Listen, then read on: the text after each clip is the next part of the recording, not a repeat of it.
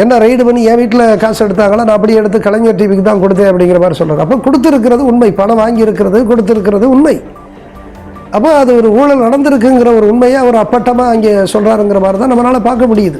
உதாரணமாக 2 தொகுதியில் அவர் நின்றுக்க வேண்டியதில்லை, ஒரே தொகுதியில் நிற்கலாம் அப்படிங்கிற விமர்சனமும் வருது. திரு அண்ணாமலை அவருக்கு எதிரான லாபி, தமிழக பாஜகவில் இருக்கக்கூடிய அந்த லாபி வெற்றி பெற்று விட்டதோ என்றுதான் கருத வேண்டி இருக்கிறது. ஊழல்வாதிகளை ஒடுக்கணுமோ அந்த அமைப்புகள் இன்றைக்கு வலுவின்றி அவர்களுடைய செயல்கள் வலுவானதாக இல்லை என்பது தான் உண்மை. இல்லைன்னா இப்படி 100 கோடி 1000 கோடி 2000 கோடி 10,000 கோடி என்று சம்பாதிச்சவங்க 2-3 கோடி என்று காமித்து ஏமாற்ற முடியுமா? மாற்றம் ஊடகம் நேயர்களுக்கு வணக்கம். இன்று நம்மோடு நேர்காணலில் இணைபவர் தமிழ் அறத்தின் மகத்தான அடையாளம் திரு சகாயம் ஐயா அவர்கள். வணக்கம். வணக்கம் ஐயா, நல்லா இருக்கீங்களா? நல்லா இருக்கேன். திமுகவின் முன்னாள் ஒன்றிய அமைச்சர் ராசா அவர்களின் ஆடியோ, அதாவது அவர் பேசிய ஆடியோ சோஷியல் மீடியாவில் வெளியாகிருக்கு. இப்போ தமிழ்நாட்டில் மிகவும் பரபரப்பாக பேசப்படுவது இந்த ஆடியோ பற்றி தான். இதை பற்றி நீங்கள் என்ன நினைக்கிறீங்க? முன்னாள் ஒன்றிய அமைச்சர் திமுகவின் திரு ராசா அவருடைய ஒரு உரையாடல், அவர் தன்னுடைய ஆதரவாளர்கிட்ட பேசியிருந்த ஒரு பேச்சினுடைய ஒரு ஆடியோ, அது இப்போ வெளியில் சமூக வலைதளங்களில் ரொம்ப வைரல் ஆகிட்டுருக்கு. இப்போ அதை பற்றி நம்ம எதுக்கு கவலைப்படணும்? இதை பற்றி கவலைப்பட வேண்டியது மக்கள் பெரும்பாலான மக்கள் இதை பற்றியெல்லாம் கவலைப்படுறது இல்லை. இந்த கவலைப்படாத மக்களுக்காக நம்ம கவலைப்படுறோம். இப்போ கூடுதலாக கவலைப்பட வேண்டியது திமுக கட்சியினர், குறிப்பாக அதனுடைய தலைமை தான் இந்த ஆடியோ வெளியில் அது சமூக வலைதளங்களில் பரவிட்டு போயிடுது. அதனுடைய அது கொடுக்கக்கூடிய தகவல் அது ரொம்ப முக்கியமானது. அதை நம்ம பார்க்க வேண்டியிருக்கு. அதில் வேணால் நம்ம சின்ன ஒரு பகுப்பாய்வு செய்யலாம். இந்த ஆடியோ பார்த்திங்கன்னா அதில் ராசா அவர்கள் அவர் என்னை 2 மாதமாக கைது செய்து திஹார் ஜெயிலில் வச்சுருந்தாங்க. அப்போ யாருமே பார்க்கல அப்படிங்கிறார். எந்த நிர்வாகியாவது பார்த்தாங்களா, எந்த அமைச்சராவது பார்த்தாங்களா, எந்த கட்சியினராவது பார்த்தாங்களா என்று பொறுமுகிறார். அது உண்மையாக கூட இருக்கலாம். அவரே சொல்கிறார், 2 மாதத்துக்கு அப்புறம் தான் கனிமொழி இப்போ கைதாகி உள்ளே வந்துச்சு, அதுக்கப்புறம் தான் எல்லாரும் பார்க்குறாங்க அப்படின்னு அவர் சொல்கிறார். அதாவது நாடாளுமன்ற உறுப்பினர் கனிமொழி அவர்கள் கைது செய்யப்பட்டு இவருக்கு அப்புறம் 2 மாதம் கழித்து அந்த திஹார் ஜெயிலுக்கு அதுக்கப்புறம் தான் கட்சி நிர்வாகிகள் முக்கிய பிரமுகர்கள் எல்லாம் வர்றாங்க, பார்க்குறாங்க, அதுக்கப்புறம் தான் பார்த்தாங்கிறாங்க. அப்போ 2 மாதமாக என்ன மனநிலையில் நான் இருப்பேன் அப்படின்னு அவர் பொறுமுறார். அது அவருடைய பக்கம் நியாயமாக இருக்கலாம். ஒரு கட்சியில் பயணிக்கிறப்ப அந்த வெற்றி தோல்விகளுக்கெல்லாம் இப்போ ஈடு கொடுத்து தொண்டர்களோ நிர்வாகிகளோ வர்றாங்க. இப்போ தொண்டர்களுக்கு ஒரு பிரச்சனை வருகிற பொழுது இது மாதிரியான ஒரு கைது போன்ற ஒரு தீவிரமான ஒரு நிலை, ஒரு உச்சகட்ட ஒரு பிரச்சனையாக கைது செய்து, அதுவும் திஹார் ஜெயில் போன்ற அந்த முக்கியமான ஒரு டெல்லி தலைநகரத்தில் இருக்கக்கூடிய அந்த ஜெயிலில் வைக்கக்கூடிய அந்த ஒரு சூழல் ஒரு பிரச்சனையினுடைய ஒரு உச்சகட்டம். எனவே ஒரு முக்கிய திமுகவினுடைய ஒரு முக்கிய பொறுப்பில் இருப்பவர், அது மட்டும் அல்ல கேபினட் அமைச்சராக இருந்தவர், ஊழல் குற்றச்சாட்டில் கைது செய்யப்பட்டிருக்காரு. அவர் யாருமே பார்க்க வரல அப்படிங்கிற அந்த பொறுமுறதில் அவர் பக்கம் நியாயம் இருக்கலாம். அதுக்கெல்லாம் பதில் சொல்ல வேண்டியது திராவிட முன்னேற்றக் கழகம், அதனுடைய தலைமை. ஆனால் அதை தாண்டி அது அவருடைய கட்சி அல்லது அவருடைய தனிப்பட்ட அந்த பிரச்சனையாக நாம் அதை பற்றி அப்படித்தான் நாம் சொல்ல முடியும். ஆனால் அதை தாண்டிய விவரங்களுக்குள்ளே நம்ம போகணும். உதாரணமாக அவர் சொல்கிறாரு, என்ன ரைடு பண்ணி என் வீட்டில் காசு எடுத்தாங்களா, நான் அப்படியே எடுத்து கலைஞர் டிவிக்கு தான் கொடுத்தேன் அப்படிங்கிற மாதிரி சொல்கிறார். அப்போ கொடுத்துருக்கிறது உண்மை, பணம் வாங்கியிருக்கிறது கொடுத்துருக்கிறது உண்மை. அப்போ அது ஒரு ஊழல் நடந்திருக்குங்கிற ஒரு உண்மையை அவர் அப்பட்டமாக அங்கே சொல்கிறாருங்கிற மாதிரி தான் நம்மளால் பார்க்க முடியுது. இப்போ அன்றைக்கு திமுக தலைமையோ அல்லது அந்த கலைஞர் டிவி அதை நிர்வகிக்கிறவர்கள்லாம் காசு வாங்கியிருக்காங்கக்கூடிய அந்த ஒரு உண்மையை நாம் உணரக்கூடிய அளவிற்கு ராசாவினுடைய பேச்சு இருக்குது. அது மட்டுமே சொல்லலை அவர். அது இன்னும் கூடுதலாக என்ன சொல்கிறாருன்னு சொன்னால், இந்த இப்போ இதுக்கெல்லாம் காரணமாக இன்றைக்கு திமுகவினுடைய தலைவராக இருக்கக்கூடிய ஸ்டாலினே அவர் குற்றம் சாட்டுறார். அது மட்டுமல்ல, அன்றைக்கு ஒன்றிய அமைச்சராக இருக்கக்கூடிய அழகிரி அவர்கள், அவர் அழகிரியே வந்து திகார் ஜெயிலில் கனிமொழியை பார்க்குவதற்காக வந்தது, என்னையும் பார்க்குறாரு. வந்து பார்த்துட்டு சொல்கிறாரு, எல்லாம் இந்த இப்போ கலைஞர் டிவிக்காக ஸ்டாலின் தான் வாங்கியிருக்காரு, அவரை வந்து நீங்களாம் அப்ரூவராகி அவரை அனுப்ப வேண்டியதானே, நீங்கள் ஏன் இவ்வளோ தூரம் சிரமப்படுறீங்க, நீ கனிமொழி அப்படின்னு கேட்டதா இவர் ரொம்ப இது பட்டவர்த்தனமாக சொல்கிறாரு. இப்போ இவ்வளவு நடந்திருக்கு, மொத்தத்தில் இவ்வளவு நடந்திருக்கு. எல்லாம் இதற்கு திமுக தலைமை தான் பதில் சொல்ல வேண்டியிருக்கிறோம். நம்ம இதை பற்றி சொல்லுவதற்கு என்ன இருக்குது? அதை தாண்டி அவர் பேசுகிறார். அந்த பேச்சில் பார்த்தீங்கன்னா ஆர் ராசா சொல்கிறாரு, இன்றைய திமுக தலைவர் ஸ்டாலின் அவரை பற்றி குறிப்பிடையில் சொல்கிறாரு, அவருக்கு திறமை பத்தாது, திறமை இல்லை, அவருக்கு இங்கிலீஷ் பேச தெரியாது, டெல்லிக்கு வந்தால் இங்கிலீஷ் பேச முடியுமா அப்படிலாம் கேட்குறாரு. ஒரு தலைவரை அவருடைய ஆற்றலை குறைச்சி மதிப்பிடுறது, அவர் ஒன்றும் தெரியாதவர், விவரம் இல்லாதவர், ஆங்கிலம் பேச தெரியாதவர், இப்படி ஒரு பட்டவர்த்தனமாக தன்னுடைய ஆதரவாளர்கிட்ட பேசுவது கொள்வதெல்லாம் ஒரு தலைவருடைய மகன் அடுத்த தலைவராக வரப்போகக்கூடிய நிலையில் இருக்கிறவர். இப்போ இவர் மீது, இந்த தலைமையின் மீது இப்போ ஆர் ராசா போன்றவர்கள்லாம் எந்த அளவிற்கான ஒரு பற்றுதலை அல்லது விசுவாசம் என்று சொல்வார்களோ வைத்திருக்கிறார்கள் என்பதெல்லாமே ஒரு கேள்விக்குறியாக இருக்குது. கேள்வியாக்குரிய அந்த அளவுக்கு தான் தலைமையை எடை போடுபவர்கள் எப்படி மதிப்பார்கள், எப்படி உண்மையாக இருப்பார்கள் என்ற கேள்வி இருக்குது. அது நம்ம பிரச்சனை இல்லை, இது மக்கள் பிரச்சனை இல்லை, திமுகவினுடைய பிரச்சனை. பட் நம்ம என்ன சொல்கிறோம்னா, ஒரு ஜனநாயக நாட்டில் இயங்கக்கூடிய கட்சிகளினுடைய நிலைமை அது ஒரு ஜனநாயகத்தையே கேலிக்கூத்தாகக்கூடிய ஒரு நிலையாக இருக்கிறதுங்கிறத தான் நம்மளால் பார்க்க முடியும். இப்போ அவர் இன்னும் கூடுதலாக என்ன சொல்கிறாருன்னா, ரொம்ப ஆச்சரியமாக இருக்குது, அதிர்ச்சியாகவும் இருக்குது. அவர் கலைஞருக்கு பிறகு இவர் இப்போ இன்றைய திமுக தலைவர் ஸ்டாலின் அவர் வருவார், கட்சி பறிப்புக்கு வந்தாலும் அவருக்கு ஒன்றும் விவரம் தெரியாது, அவரால் பெரிதாக அவர் வெற்றி பெற முடியாது, நான் தான் என்னுடைய கட்டுப்பாட்டில் தான் இருக்குங்கிற தகவலை சொல்கிறது மாதிரியான துணியில் பேசுகிறார். இவ்வளவு இருக்குது, எனக்கு உண்மையிலே ரொம்ப ஆச்சரியமாக இருக்குது. அப்போ இவர் ஒரு திட்டத்தோடு இருக்கிறார் அப்படிங்கிற மாதிரியான இருக்குது. நம்முடைய கட்சிகளில் ஏதோ மன்னர் காலத்தில் அந்த ரகசியமாக சதி ஆலோசனை எல்லாம் நடக்கும் அப்படிம்பாங்க பாருங்கள், அது மாதிரி தன்னுடைய ஆதரவாட்ட நான் பார்த்துக்கிறேன். ஒரு காலத்தில் இந்த கட்சி என்னுடைய கட்டுப்பாட்டுக்கு வந்துடும், அந்த அதிகாரத்திற்காக ஒரு உண்மையற்ற ஒரு நிலையில் நம்முடைய கட்சியினுடைய தலைவர்கள், நிர்வாகிகள் இருக்கிறார்கள் என்பதற்கு ஒரு உதாரணமாக இதை நம்ம சொல்ல முடியும். அவர் என்ன சொல்கிறாரு, என்னை போல் ஜாதி பலம் இருக்கா, ஆற்றல் இருக்கா, இல்லை பணபலமோ மற்ற பலங்கள்லாம் இருக்கா, எனக்கு இருக்குது, நான் கட்டுப்படுத்துவேங்கிறார். இப்போ நம்ம நாட்டில் இப்போ ஜாதி பலமும் பணபலமும் இவைதான் கட்டுப்படுத்து கட்சியை நடத்துவதற்கு தேவையான தகுதிகளாக அவர் கருதுவதாகத்தான் நம்ம இருக்க முடியும். இது ஒரு கட்சியினுடைய உள்கட்சி விவகாரம் என்றாலும் கூட, ஒரு கட்சியில் ஒரு பெரிய கட்சி, மாநிலத்தை இன்றைக்கு ஆண்டு கொண்டிருக்கக்கூடிய கட்சி, 67லிருந்து பல முறை ஆண்ட ஒரு கட்சியில் நிலைமை எப்படி இருக்குது பாருங்க, இப்படி தான் இருக்குது.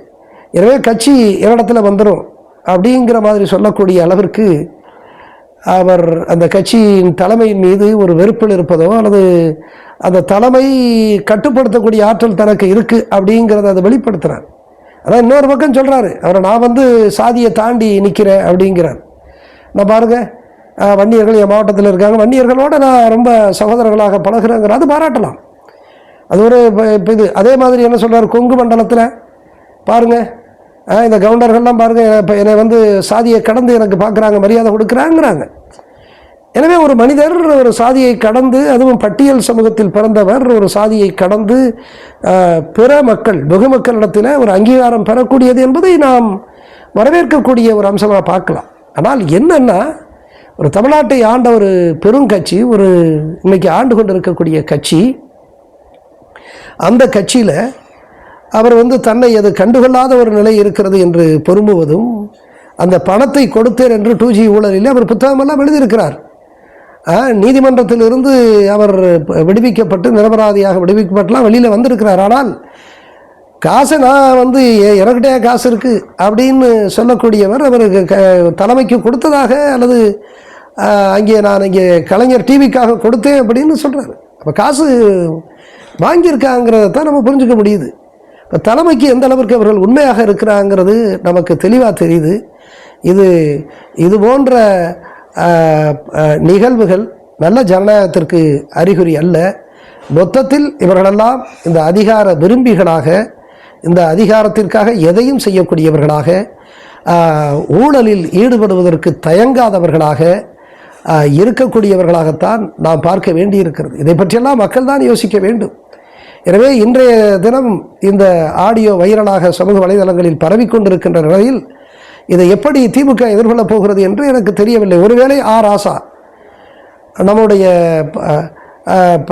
அமைச்சராக இருக்கக்கூடிய பிடிஆர் அவர் எப்படி ஒதுக்கப்பட்டாரோ, ஒருவேளை அப்படி ஒதுக்கப்படக்கூடிய சூழல் வருமா என்பது நமக்கு தெரியாது. அது முழுக்க அது திமுகவினுடைய விவகாரம். ஆனால் போகிற போக்கு ஒரு நல்ல ஜனநாயகத்திற்கு அறிகுறியாக இல்லை. மக்களை நினைத்தால் தான் பரிதாபமாக இருக்கிறது. எனவே மக்கள் அதை பற்றி கவலைப்பட வேண்டும். குறிப்பாக இளைஞர்கள், நம்முடைய அரசியல் கட்சிகள்லாம் எப்படி நடத்தப்படுகின்றன இந்த நாட்டில் ஊழலுக்காகவும் அதிகாரத்திற்காகவும் எப்படியெல்லாம் இந்த அரசியல் தலைவர்கள் செயல்படுகிறார்கள் என்பதை புரிந்து கொண்டு நம்முடைய இளைஞர்கள் விழிப்போடு தமிழ்நாட்டில் அவர்கள் நகர வேண்டும், பயணிக்க வேண்டும், செயல்பட வேண்டும் என்றுதான் நான் கேட்டுக்கிறேன். திரு விஜய் அவர்கள் 2 சட்டமன்ற தொகுதிகளில் வேட்புமனு தாக்கல் செய்திருக்கிறார். அதை பற்றி நீங்கள் என்ன நினைக்கிறீங்க? இப்போ திரைநட்சத்திர விஜய் தாவேகா கட்சியினுடைய தலைவர், அவர் இப்போ எங்கே நிற்கணும், எத்தனை தொகுதியில் நிற்கணும், அதை பற்றி நம்ம சொல்கிறதுக்கு எதுவும் இல்லை. அது அவர்களுடைய கட்சியினுடைய முடிவு, அவர் திரைநட்சத்திர விஜயினுடைய முடிவு. அதில் பெருசாக பேசுகிறதுக்கு நமக்கு ஒன்றுமில்லை. அவர் கட்சி முடிவு எடுத்திருக்கலாம், 2 தொகுதியில் நீங்கள் நிற்கணும் அப்படிங்கிற மாதிரி முடிவு எடுத்திருக்காங்கன்னா அதை பற்றி பேசுகிறதுக்கு ஒன்றும் இல்லை. ஆனால் பொதுவாக எந்த தொகுதியில் நிற்கிறாங்க, எத்தனை தொகுதியில் நிற்கிறாங்க, இது எல்லாமே மக்களுடைய பார்வைக்கும் மக்களுடைய கருத்துக்கள் வெளிப்பாட்டுக்கும் விமர்சனத்துக்கும் வரலாம். உதாரணமாக 2 தொகுதியில் அவர் நின்றுக்க வேண்டியதில்லை, ஒரே தொகுதியில் நிற்கலாம் அப்படிங்கிற விமர்சனமும் வருது. இப்போ பழையதில் இப்போ அதே மாதிரி திரைநட்சத்திரம் விஜயகாந்த் அவர் பார்த்திங்கன்னா அவர் கட்சியினுடைய தொடக்க காலத்தில், அந்த தொடக்க காலத்திலேயே அவர் விருத்தாச்சலம் தொகுதியில் நின்று ஜெயித்தார். இப்போ பொதுவாக விருத்தாச்சலம் தொகுதி, அந்த தொகுதி நம்ம சாதிகளுக்குள்ள ஏன்னா சாதி பிளவுபடுத்துது, ஏற்றத்தாழ்வுகளை அது சொல்லிக் கொடுக்குது, அதை நிலைநிறுத்துங்கிறதுனால பெரிதாக நம்ம சாதிகளை பற்றி பேசுவதை தவிர்த்து வருகிறோம். ஆனால் யதார்த்தம் என்னவென்றால் இந்த நாடு ஒரு ஜாதிகளினுடைய தேசமாக இருக்குங்கிறத நம்ம புரிஞ்சுக்கணும். இந்த நாட்டினுடைய அரசியல் கூட ஜாதி அரசியல், இந்த ஜனநாயகம் கூட ஜாதி ஜனநாயகம் அல்லது ஊழல் ஜனநாயகமாக மாறி இருக்கிறது, பண ஜனநாயகமாக மாறி இருக்கிறது அப்படின்னு கூட சொல்லலாம். இன்றைக்கு இந்த மதவாத அரசியல் கூட ஒரு ஜாதிகளினுடைய ஒரு கூட்டு வெளிப்பாடாகத்தான், ஜாதியவாதத்தினுடைய கூட்டு வெளிப்பாடாகத்தான் மதவாதமும் இருக்கிறதாக நம்ம சொல்ல முடியும். இப்போ நான் எதை எதற்காக சொல்லுகிறேன்னா, வடபகுதி, தமிழகத்தினுடைய வடபகுதி, அது கடலூர் மாவட்டமோ அல்லது விழுப்புரம் மாவட்டமோ, அது வன்னியர் சமூக மக்கள் பெரும்பான்மையாக வசிக்கக்கூடிய பகுதி.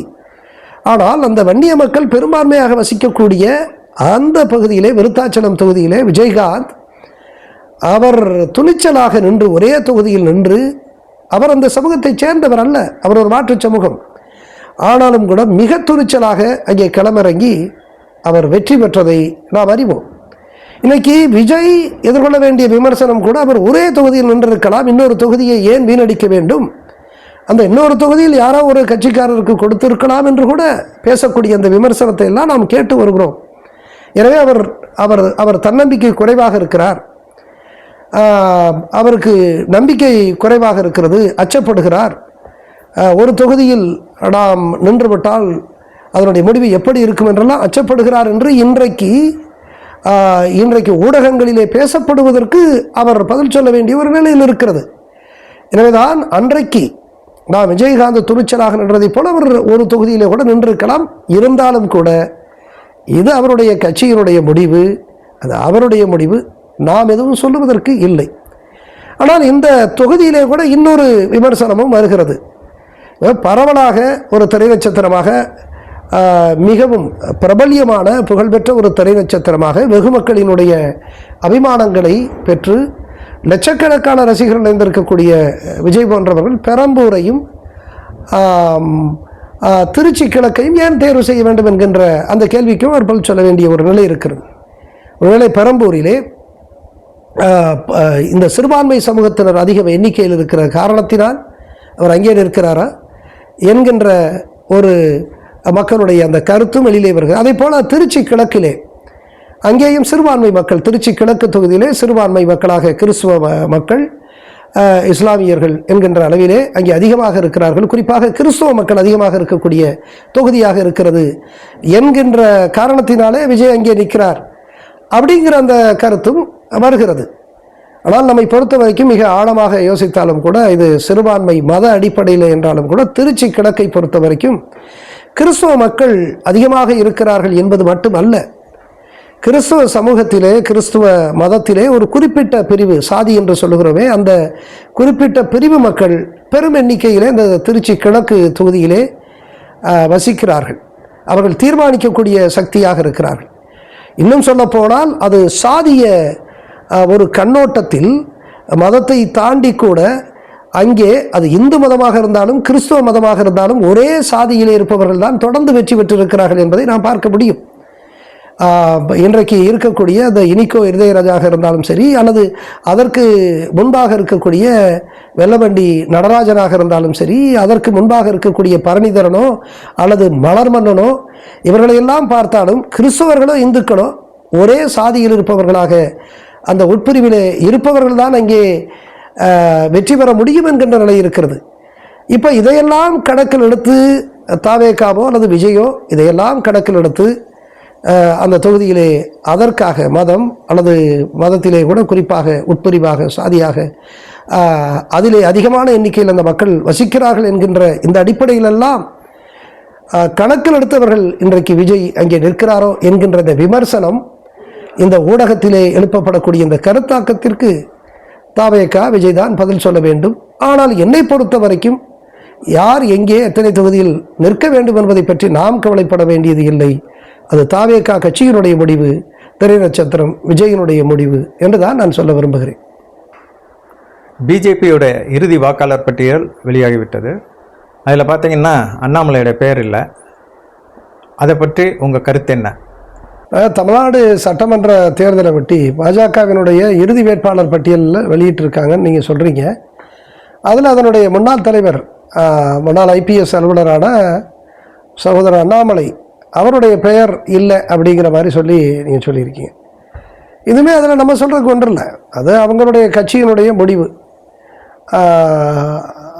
இதுலேருந்து என்ன தெரியுதுன்னா, ஒருவேளை திரு அண்ணாமலை அவருக்கு எதிரான லாபி, தமிழக பாஜகவில் இருக்கக்கூடிய அந்த லாபி வெற்றி பெற்று விட்டதோ என்றுதான் கருத வேண்டி இருக்கிறது. இப்போ அடிப்படையில் திரு அண்ணாமலை அவர் ஒரு கர்நாடக அணியைச் சேர்ந்த ஒரு IPS அலுவலர். அங்கே தன்னுடைய செயல்பாடுகளால் நன்கு அறியப்பட்டவர், பிரபலமாக இருந்திருக்கிறார் என்று அறியப்படுகிறது. அவர் இப்போ தமிழ்நாட்டிற்கு தன்னுடைய பதவி ராஜினாமா செய்துவிட்டு தமிழகத்திற்கு வந்து அரசியலில் ஈடுபட்டு பாஜகவினுடைய குறுகிய காலத்தில் பாஜகவினுடைய தலைமை பொறுப்புக்கு வந்தார். அவரோட மூத்த நிர்வாகிகள்லாம் இங்கே இருக்கிறாங்க.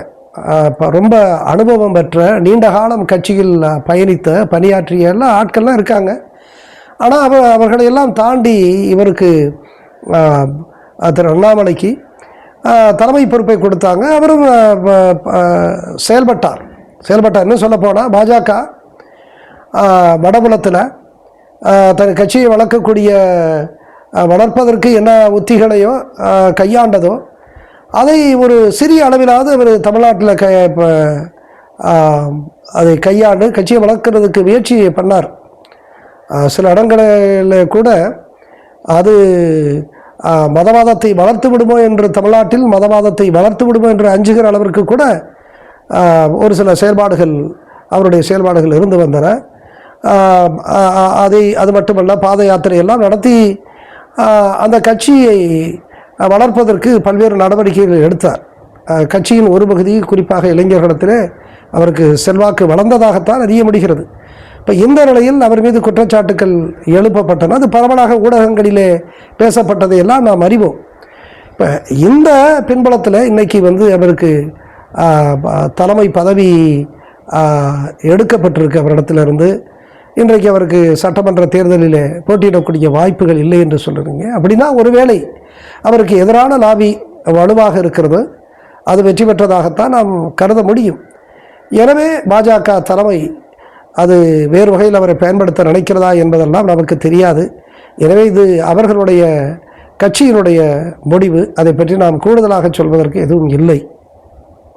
தமிழ்நாட்டில் வேட்பாளர்கள் சட்டமன்ற தேர்தலுக்காக வேட்புமனுவை தாக்கல் செய்து விட்டார்கள். அதில் பார்த்திங்கன்னா நிறைய பேருக்கு வந்து 1000 கோடிக்கு மேலே சொத்து இருக்குங்கிறது தமிழ்நாட்டு மக்களுக்கே தெரியும். அப்படி இருந்தும் அவங்க வந்து அஃபிடவிட் தாக்கல் பண்ணதில் 5 கோடி 10 கோடிக்கு கீழே தான் காமிச்சிருக்காங்க. இதை பற்றி நீங்கள் என்ன நினைக்கிறீங்க ஐயா? இப்போ நீங்கள் இப்போ இந்த வேட்புமனு தாக்கல் செய்கிறப்ப எல்லா பல்வேறு கட்சிகளை சார்ந்தவர்கள் அவங்கெல்லாம் கொடுக்கக்கூடிய அந்த அஃபிடவிட்டில் சொத்து கணக்கை வந்து ரொம்ப குறைவாக காட்டியிருக்காங்கன்னு நீங்கள் சொல்கிறீங்க. நீங்கள் பேசையில் கூட இன்றைக்கி சொன்னீங்க, எல்லாம் 100 கோடி 1000 கோடின்னு அடித்த மகான்கள் பெருமகன்கள் ஊழலில் ஊறி துளைத்தவர்கள்லாம் நூற்றுக்கணக்கான ஆயிரக்கணக்கான கோடியெல்லாம் சேர்த்துருக்காங்க. ஆனால் அதில் எல்லாம் காமிக்கலை அப்படிங்கிறீங்க. வேட்புமனுவில் பார்த்தீங்கன்னா 2 கோடி 3 கோடி ஏதோ அப்பாவிகளை போல் 2-3 கோடியை காமிச்சதான் ரொம்ப வருத்தப்பட்டு சொல்லியிருக்கீங்க. அதை நான் என்ன சொல்ல முடியும்? மக்கள் தான் புரிஞ்சுக்கணும். தமிழக மக்கள், குறிப்பாக தமிழக இளைஞர்கள் புரிஞ்சுக்கணும். 100 கோடி 1000 கோடின்னு ஊழலில் சம்பாதிச்சவங்க இன்றைக்கி இந்த வேட்புமனு தாக்கல் செய்கிறப்ப அஃபிடவிட்டில் ரொம்ப குறைவாக சொல்கிறாங்க. அப்படின்னா இந்த அமைப்பு இந்த ஊழலை தடுக்கக்கூடிய அமைப்பு, ஊழலை மட்டுப்படுத்தக்கூடிய அமைப்பெல்லாம் வலுவிழந்து போயிடுச்சுன்னு தான் நம்ம சொல்கிற மாதிரி இருக்கு. எப்படி எவ்வளோ தைரியமாக நமக்கு தெரியும், பல்லாயிரக்கணக்கான கோடி ஊழலில் சம்பாதிச்சவங்க தமிழக அரசியல், அது திமுகவாக இருந்தாலும் சரி, அதிமுகவாக இருந்தாலும் சரி, அல்லது தேசிய கட்சிகளாக இருந்தாலும் சரி, எல்லாம் தெரியும். ஆனால் இங்கே பார்க்கையில் பார்த்தீங்கன்னா 2 கோடி 3 கோடி ஏதோ பரிசுத்த நேர்மையினுடைய உச்சத்தை தொட்டவர் மாதிரி நீங்கள் இது காமிக்கிறாங்கன்னு நீங்களும் சொல்கிறீங்க, வருத்தப்படுறீங்க. இளைஞர்கள் தான் புரிஞ்சுக்கணும். இவங்க பினாமிகளினுடைய பெயரால் தங்களுடைய ஊழலில் சம்பாதித்த சொத்துக்களை எல்லாம் எங்கோ மறைச்சிருக்காங்க, வெளிநாட்டுக்கு கொண்டு போய் பதுக்கியிருக்காங்க. அப்போ இதையெல்லாம் மீட்டெடுக்கிறதுக்கு என்ன வழி அப்படிங்கிறதான் நம்ம யோசிக்கணும். உண்மையிலே வருத்தம் என்னவென்றால், இந்த ஊழலை மட்டுப்படுத்தக்கூடிய ஊழல் தடுப்புத்துறை, அது காவல்துறையாக இருந்தாலும் சரி அல்லது நீதிமன்றங்கள் இன்னும் வீரியமாக செயல்பட்டால் தான் ஊழலை மட்டுப்படுத்த முடியும். மக்கள் அந்த நம்பிக்கை இழந்திருக்கிறார்கள் என்று தான் நான் சொல்ல விரும்புகிறேன். எந்த அமைப்புகள் ஊழலை மட்டுப்படுத்தணுமோ, கட்டுப்படுத்தணுமோ, ஊழல்வாதிகளை ஒடுக்கணுமோ, அந்த அமைப்புகள் இன்றைக்கு வலுவின்றி அவர்களுடைய செயல்கள் வலுவானதாக இல்லை என்பது தான் உண்மை. இல்லைனா இப்படி 100 கோடி 1000 கோடி 2000 கோடி 10,000 கோடி என்று சம்பாதிச்சவங்க 2-3 கோடி என்று காமித்து ஏமாற்ற முடியுமா? இப்போ நம்ம நண்பர்கள் தோழர்கள் கூட சொன்னாங்க, நம்ம ஊழல் எதிர்ப்பு தமிழ் போராளிகள் கூட சொன்னாங்க என்னிடத்துல, இப்போ நம்ம இவங்கெல்லாம் இப்போ இந்த கணக்கில் காமிச்ச சொத்தை தவிர வேறு ஏதாவது இருந்துச்சுன்னா நம்ம கைப்பற்றலாமா அப்படின்னு என்கிட்ட கேட்டாங்க. நம்ம சட்டத்தின் வழியாக தான் நம்ம எதையுமே செய்ய முடியும் அப்படிங்கிற மாதிரி நான் சொல்லியிருக்கேன். ஆனால் இளைஞர்கள்ட்ட ஒரு கோபம் இருக்குங்கிறத மட்டும் நம்முடைய அரசியல்வாதிகள் புரிஞ்சுக்கணும். இந்த சொத்துக்கள், இப்போ ஒரு காரே ஒருத்தர் வர்றாரு, 1 கோடி மதிப்புள்ள 2 கோடி மதிப்புள்ள கார்களில் அவர்கள் வருகிறார்கள் என்றால் அதை காண்பித்து இருக்கிறார்களா என்று பார்க்க வேண்டும். அப்படி இல்லை என்றால் நம்முடைய இளைஞர்கள் சொன்னதை போல நாளைக்கு ஏதாவது ஒரு இளைஞர் அந்த காரையே கைப்பற்றுவதற்கு இது நீ தான் இது உன்னுடைய சொத்து இல்லை இல்லைவா, அது எங்கள் சொத்து தானே அப்படின்னு கைப்பற்றக்கூடிய ஒரு சூழல் உருவாகிவிடும். இளைஞர்கள்லாம் கொதிச்சு போயிருக்காங்க அப்படிங்கிறது தான் நமக்கு தெரியுது. ஊழலில் இந்த நாட்டு இளைஞர்கள் கோபம் கொண்டிருக்கிறார்கள். எப்பொழுது அவர்கள் கிளந்தெழப் போகிறார்கள் என்று தெரியலை. அதனால் நான் சொல்கிறது என்னென்னா, ஊழல்வாதிகளே, நீங்கள் அப்போ எந்த கட்சியாக இருந்தாலும் மாறிக்கொள்ளுங்கள். இது நல்லது இல்லை, இந்த அரசியல் நல்லது இல்லை. இதுதான் ஜனநாயகம்னா, இந்த ஊழலை வளர்க்கிறது தான் ஜனநாயகம். ஊருக்கு ஊரு ஊழலில் சம்பாதித்து நவீன பண்ணையார்களை உருவாக்குவது தான் ஜனநாயகம்னு சொன்னால் அந்த ஜனநாயகம் எங்களுக்கு வேண்டாம், அது வேண்டாம். ஊழல் சமத்துவத்தை சிதைக்குது. ஊழல் ஏழை பணக்காரனுக்கிட்ட இருக்கக்கூடிய இடைவெளியை பெரிதாக்குகிறது. ஊழல் கிராமத்திற்கும் நகரத்திற்குமான இடைவெளியை பெரிதாக்குகிறது. ஊழல் வெகு மக்களுக்கு எதிரானது, நாட்டினுடைய வளர்ச்சிக்கு எதிரானது, மானுட பண்பாட்டிற்கு அது மாறானது.